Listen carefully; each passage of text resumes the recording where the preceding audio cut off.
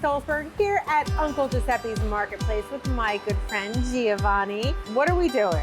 This is gonna be a dip that's gonna knock your socks off. We're making jalapeno popper dip. I love it already.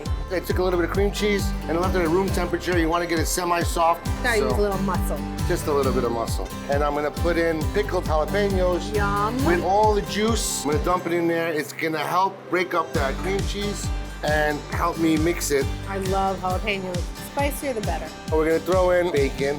I'm gonna add about 3/4 of this. Scallions. Right, and then I'm gonna mix it again. But I'm gonna put this right in my casserole dish right now. You have to warn people that come over. This one's gonna be a little spicy. I don't warn anybody. Good. Eat at your own risk at Right? my house. I like that.